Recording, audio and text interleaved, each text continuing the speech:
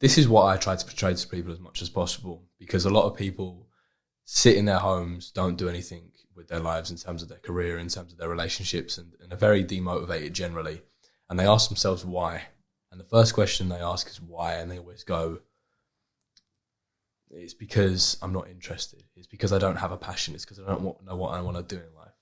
And to me, that's because they're overstimulating their brains so often and producing so much dopamine during the day and in activities they do, for example, their phone, that when they do perform any sort of hard work, they don't get the dopamine release that they're used to, that they get from their phone, because it's not anything comparable to the internet and to this constant stimulus, which is TikTok and Instagram and these other social platforms.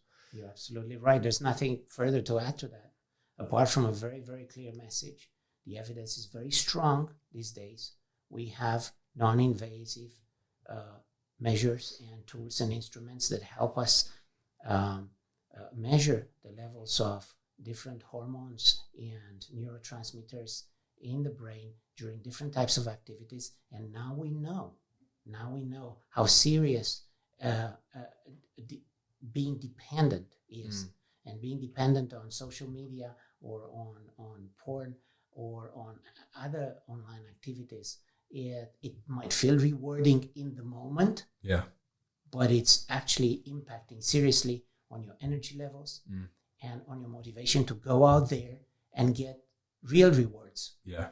And I know it's easier to masturbate in front of a computer than to actually chase a girl or a guy and connect with your future partner and invest in them time.